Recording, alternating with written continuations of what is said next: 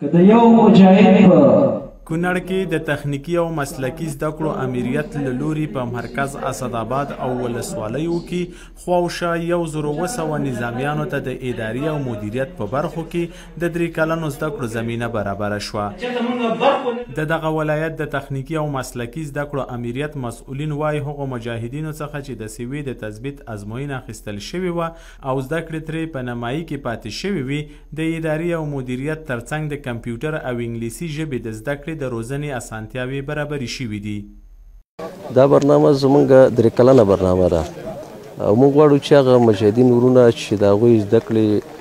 په نمایي کې پاتې شوي دي، نیمګړې پاتې شوي دي، زده کړو ته لاسرسی نه لرو،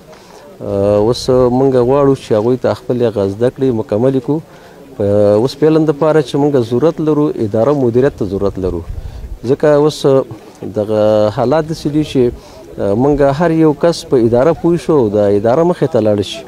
نو په دا خاطر منګه اولنی قدم کې د اداره مدیریت په څانګه کې دوی ته زده کړې ورکوو. دا 3 کلنه برنامه ده، انشاءالله په 3 کاله کې به دوی فارغه کیږي.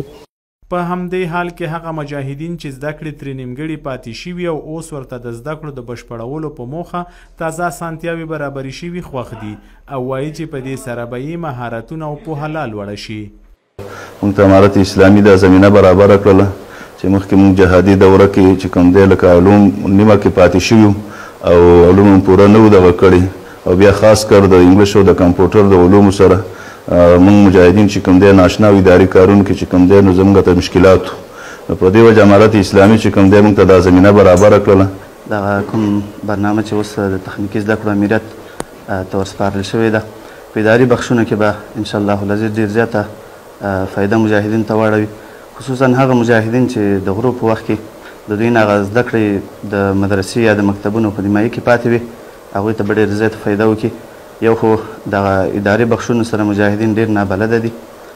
دغه الحمدلله 3 کلونو په تېرېدلو سره اکثر مجاهدین اشنا شوي دي، هغه مجاهدین چې په اداري بخشونو کې کارونه کوي.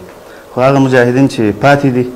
یا اداري بخشونو کې نه دي تعین بس شوي، هغوی ته به انشاءالله العزیز دا ډېر زیاته فایده وکړي، په آینده کې به انشاءالله العزیز دوی وکولی شي چې خپل اداري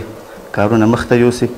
د کونړ د تخنیکی او مسلکی زده کړو امریت مسؤلین وایي له دغې 3 کلنې روزنیزې برنامې وروسته به مجاهدینو ته د 12 او 14 ټولګیو اسناد ورکړل شي.